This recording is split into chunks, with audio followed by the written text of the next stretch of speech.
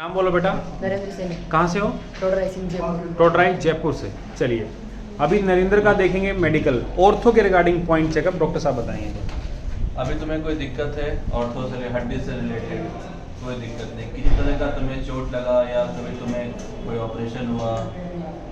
बचपन में कोई प्लास्टर लगा था? मोच कहाँ पे आया था? एक बार यहाँ आई थी। उसमें प्लास्टर कितना नहीं लगा था? प्लास्टर नहीं लगा था कभी। और कोई तुम्हारे में कट मार्क हो कहीं पे जहाँ पे लंबा स्कार बन रहा हो? कुछ पीठ पे है, दिखाओ पीछे मुड़ जाओ। ये कैसे हुआ था ये चीज़? बचपन से इसका मार्क है कि तुम्हें चोट लगा था या कुछ उसके बाद हुआ था? ये बचपन से स्कार मार्क है। चलिए मैं बताना चाहता हूँ सारे बच्चों को, इसका कोई परमानेंट रिजेक्शन नहीं होता है, स्कार मार्क हो सकते हैं। कोई दिक्कत नहीं है, ठीक है। थोड़ा पीछे खड़ा हो जाओ, थोड़ा पीछे, दोनों पैरों को अपने साथ मिलाओ, ठीक है। सीधा खड़ा हो जाओ, सामने देखो, ठीक है, ठीक है। हाथ तुम्हारा ठीक है, पैर तुम्हारे ठीक पोजीशन में हैं जैसे होने सर इसमें कितना गैप हम लोग कंसीडर करते हैं? मतलब इसमें 4 फिंगर्स का लगभग आसपास में इतना तक एक्सेप्टेबल, मतलब इतना माना जाता है, लेकिन 3 फिंगर्स भी ठीक है। ठीक है, 3 फिंगर मान 3 फिंगर्स मान के ठीक है जी सर। गैप, ठीक है। उससे ज़्यादा 4 फिंगर्स अगर से ज़्यादा हो रहा है तो फिर डिफॉर्मिटी चेंज हो जाती है। 4 फिंगर से एक्सेस हो तो एक्सेस हो जाता है, फिर डिफॉर्मिटी चेंज हो गई। अच्छा। ठीक है, वायरस चला गया, वायरस की जगह उल्टा चला गया हो। अच्छा अच्छा ठीक है, तो फिर उसका अलग ऑपरेशन करके सीधा किया जाता है। ज़्यादा दिक्कत होगा तो उसमें एक साइड अर्थराइटिस ज़्यादा होगा पैर का। अच्छा, जैसे अर्थराइटिस में क्या होता है? मतलब ये अर्थराइटिस में जैसे हमारे 2 होते हैं घुटने हुए, घुटने में एक साइड का अलग, एक साइड का मतलब अलग ग्रूव होता है, एक साइड का अलग ग्रूव हो जाता है। तो हमारा पैर अगर बाहर की ओर है तो अंदर थोड़ा ज़्यादा घसेगा। अच्छा। बाहर की ओर है, बाहर ज़्यादा घसेगा। तो अर्थराइटिस में कोई एक साइड ज़्यादा घसता है। अच्छा। मीडियल साइड या लैटरल साइड जी। तो जो ओल्ड एज अर्थराइटिस होती है उसमें मीडियल ज़्यादा घसता है। जिनका डिफॉर्मिटी के कारण अर्थराइटिस होती है उनका कोई साइड भी घट सकता है। अच्छा। हाँ, जल्दी अर्थराइटिस, जैसे अर्थराइटिस आता सबको है लेकिन समय अनुसार आता है, किसी को 50 पे आया, 40 पे आया, इस तरह से आता है। तो जिसकी डिफॉर्मिटी के कारण है उसकी जल्दी आएगी, अर्ली अर्थराइटिस चालू हो जाएगा। जिसकी डिफॉर्मिटी के कारण नहीं है उनका 50-55 जो बुढ़ापे का चीज़ होता है वैसा रहेगा। सर जैसे मैं कई बार ये बच्चों का क्वेश्चन होता है कि जैसे पाँव की उंगलियां, जैसे इसका एक जो अंगूठा है स्पेस एक का था, एक बच्चे का था, वो भी मैं दिखा दूंगा। एक बच्चे का स्पेसिंग ज़्यादा है। तो स्पेसिंग का रीज़न क्या होता है सर? स्पेसिंग का कंजेनाइटल ये सब डिफॉर्मिटीज़ है, ये सब सारे कंजेनाइटल डिफॉर्मिटीज़ हैं, बचपन से ही वैसे रहते हैं, या हम बहुत दिन तक चप्पल जो यूज़ करते हैं वो सेम हो। बचपन से हम जो चप्पल यूज़ कर रहे हैं उस तरह का चप्पल यूज़ करने के कारण भी स्पेसेस बढ़ जाते हैं। ये बहुत सारे बच्चों जैसे जो स्पोर्ट्स वाले होते हैं, रेस देखा उनका सबका पैर। इनका सर मतलब इलाज क्या है? इलाज यही है कि जैसे स्पेसिंग बढ़े हैं तो उनको हटाने के लिए क्लिप्स आते हैं, वो अच्छा क्लिप्स लगा के रखें। जैसे मीडियल आर्च फुट में देते हैं कि जो मीडियल आर्च नहीं रहता है उसके लिए मीडियल आर्च फुट देते हैं हम लोग, कि उस तरह का फुट रेगुलर यूज कीजिए तो आपके आर्च डेवलप होंगे। ठीक है। अभी किसी का बहुत फेंट था, बहुत कम था, तो उनको देंगे तो हो सके साल 1-1.5 साल 2 साल के बाद उनका अच्छा इफेक्ट आए और उनके आर्चेस बने।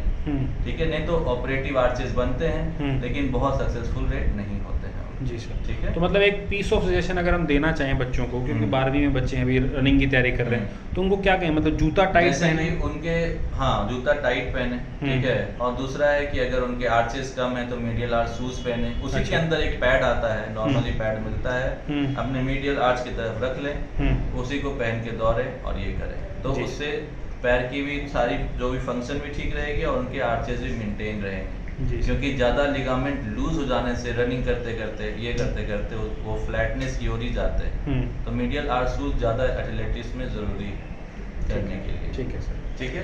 एक जैसे बच्चे को हम देख रहे हैं, जैसे मान ली सर ये हम मार्क देख लेते हैं, ये नॉर्मली जो मार्क पड़ते हैं ये वैसे किस चीज़ के पड़ते हैं? अब जैसे कि या तो ये किसी से मारा गया हो इसको, अच्छा ठीक है, ऐसे ये क्योंकि स्कार नहीं है, ठीक है, स्कार भी नहीं बोल सकते हैं, और ये बोल रहा है कि ये मतलब इसको बचपन से है, तो हो सके किसी से मतलब ये होता है गर्म चीज़ से, गर्म चीज़ से ये किया गया हो। अच्छा अच्छा, गर्म चीज़ रख दी गई हो, वो स्कार बन के एक उसी तरह का ही लग रहा है। ये स्कार देख के लग रहा है कि अभी बचपन में इसको गर्म चीज़ लगी हो और वो ऐसी दिख रही है। अच्छा, ठीक है, लंबी सी रॉड टाइप सी। तो सर पिछली बार जैसे बहुत सारे बच्चे अपने मेडिकल कराए गए थे, तो जैसे कुछ बच्चे जो अवेयर नहीं थे, जो अपने पास नहीं है पर उन बच्चों को ड्रॉपिंग शोल्डर था, या फिर जैसे ये जो ये मार्क नहीं पड़े होते हैं, वाइट पैचेस भी होते हैं सर। तो वो देखो ल्यूकोप्लेकिया टाइप से पैचेस हैं ये, लेकिन मतलब इनका कोई सिग्निफिकेंट नहीं है अगर ऐसे हैं तो। अच्छा। और ये स्किन वाले इसके बारे में ज़्यादा आपको बता पाएंगे, ऐसा ठीक कुछ है इसमें नहीं। सर। ये ड्रॉपिंग शोल्डर है मतलब क्या मानते हैं ये आपको ड्रॉपिंग शोल्डर, जैसे कि दोनों का लेवल लें शोल्डर का, ठीक जैसे? है, लेवल मतलब इसमें मतलब ये रहता है वर्बली चीजें हैं, देखने के लिए है, दूर से विजुअलाइजिंग वाली चीजें हैं कि एक शोल्डर डाउन आ रहा है, कि एक शोल्डर का दोनों का कर्वेचर सेम होना चाहिए, दोनों का कर्वेचर जो बनता है नेक के साथ वो सेम होना चाहिए जी। किसी का कुछ अनयूजुअल कर्वेचर नहीं होना चाहिए। जो हम लोग प्रेस करके देखते हैं कि विंगिंग ऑफ स्कैपुला ज्यादा हो रहा है कि नहीं, किसी का एक साइड ज्यादा एक साइड कम भी हो सकता है अगर कुछ नर्व इंजरी टाइप से उसको है तो, और यह तो मसल वीकनेस के कारण हो सकता है। तो उन सब पेशेंट्स को मसल को बिल्डअप करने के लिए बोलते हैं कि तुम शोल्डर के मसल बिल्डअप करो, जिससे तुम्हारी ट्रूपिंग शोल्डर और ये सब कम हो, विंगिंग ऑफ स्कैपुला कम हो। अच्छा। विंगिंग ऑफ स्कैपुला किसी का ज़्यादा निकलता है, किसी का नहीं निकलता है, क्योंकि मसल अच्छा स्ट्रेंथ देता है। अगर किसी बच्चे को मान लो ये है तो उसका क्या क्योर है? तो पहले तो उसका न्यूरोलॉजिकल इवैल्यूएशन करना पड़ेगा, जिसके कारण विंगिंग ऑफ स्कैपुला होता है, और फिजियोथेरेपी। अच्छा, फिजियोथेरेपी मतलब इट कैन बी क्योर। अच्छा। दूसरी चीज़ जैसे ये जो होते हैं सर, ये जो जैसे ये स्कैपुला पूरा, कई बच्चों के ना सर इसमें भी डिफॉर्मिटी हो जाती है। वही बोलो, हाँ। वही मैं बता, विंगिंग ऑफ स्कैपुला यही हुआ यही ना है, कि ये अच्छा। विंग से निकल जाते हैं। अच्छा अच्छा। क्योंकि हमारा मसल उतना होल्ड नहीं कर पाया, जब हम प्रेस के तो मसल होल्ड नहीं कर पाया, विंग्स की तरह निकल गए बाहर। हाँ हाँ हाँ, कमजोरी मतलब कमजोरी की वजह से, ठीक है। तो उसमें पेशेंट्स को काउंसिल करते हैं कि तुम फिजियो करके मसल स्ट्रेंथनिंग एक्सरसाइज सीखो जो तुम्हारे लिए ठीक हो। बाकी और इसके लिए और कुछ नहीं है। अगर न्यूरोलॉजिकल रहता है तो उसके लिए विंगिंग अलग से होता है, कि मतलब उसका पूरा ही निकल जाता है, अच्छा, एक साइड का एक बाहर, साइड, हाँ। क्योंकि नसी काम नहीं कर रहा है वो वाला। तो थोड़ी प्रॉब्लम चीज़ है। जैसे सर ये बच्चा है, मतलब ये जो जैसे ये बहुत सारे बच्चों को डाउट रहता है कि ये जो हड्डी है सर, ये इसमें भी डिफॉर्मेट्री अपने को दिखता है? नहीं, डिफॉर्मिटी इसमें नहीं है। तो डिफॉर्मिटी बोलते हैं अगर एक साइड से दूसरा साइड अलग हो। अच्छा, अलग हो। अगर दोनों सेम है तो ये इसका नेचुरल है, नेचुरल चीज है, उसके लिए डिफॉर्मिटी काउज नहीं कर सकते। अगर ये दिख रहा था इतना और ये इतना नहीं दिखता, समझो उसको कभी चोट लग जाता तो भले डिफॉर्मिटी हो जाती है अपने आप, तो उसका नहीं दिखता उतना अच्छा जितना अच्छा दिख रहा है, बस यही है। अच्छा, एक चेस्ट डिफॉर्मेट्री होता है sir? Chest deformity pigeon chest होते हैं, अलग अलग चेस्ट होते हैं, लेकिन वो सब बचपन से ही होते हैं। अच्छा, ठीक है, वो सब का भी कोई क्योर नहीं है। और वो परमानेंट रिजेक्शन भी है? परमानेंट रिजेक्शन भी है।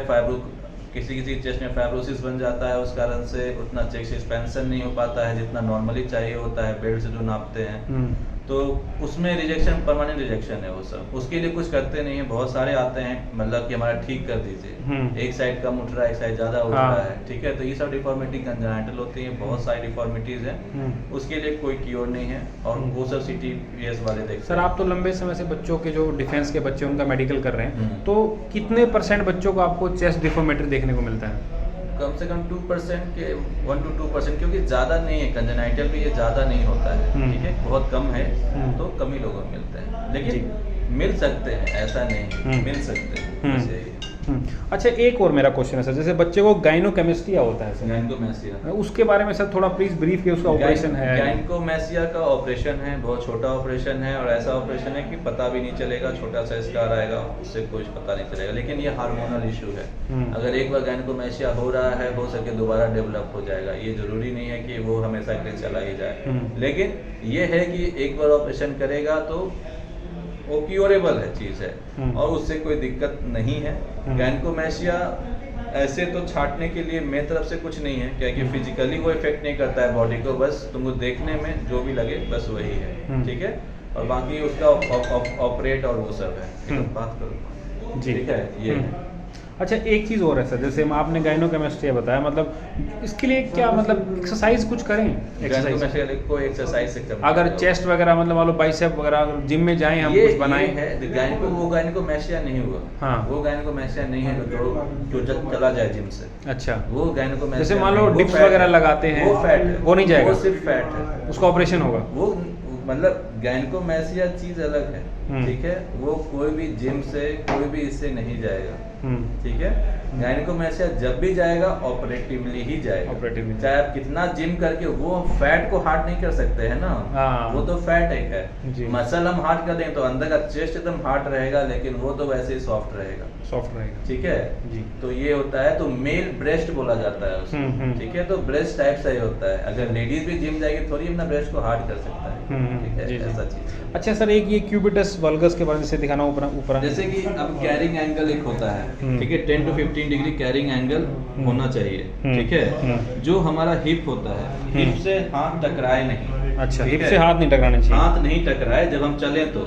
अच्छा, ठीक है। जिसका कैरिंग एंगल कम होगा, कम हुआ, ठीक है, चलेंगे तो हमारा हाथ टकराते हुए जाएगा, ठीक है, मतलब इसका ठीक है, हाथ टकराते हुए जाएगा हमारा। जैसे मैंने कर लिया अंदर की ओर, तो टकराते हुए जा रहा है पूरा, ठीक है, हम कभी नहीं सीधा चल पाएंगे। तो ये मेल में कम होता है 10 डिग्री, क्योंकि हमारा हिप कम होता है ब्रॉड। जो फीमेल्स होते हैं उनको, उनमें बेबी का होता है, तो इसलिए उनकी ब्रॉड हिप होती है, तो कैरिंग एंगल में ज्यादा होता है, हमसे ज्यादा होता है। तो यही देखा गया, उनका वो नॉर्मल है, हमारा ये नॉर्मल है, ठीक है, यही चीज है। अच्छा, किसी बच्चे को अगर मुझे बताना हो कि फ्लैट फिट है या नहीं है, तो सर फ्लैट फिट में देखो, जैसे कि ऐसे साइड रखो, पैर रखो, ये रखो, मतलब ऐसे नहीं, पूरा पैर ऐसे, हाँ, जैसे कि ये आर्च बन रहा है इधर, ये आर्च बन रहा है, ये ठीक है आर्च, और किसी का फ्लैट में ये आर्च नहीं दिखेगा, अच्छा, आर्च बिल्कुल नहीं दिखेगा, और इसका जो मीडियल बॉर्डर है वो ग्राउंड को टच करेगा।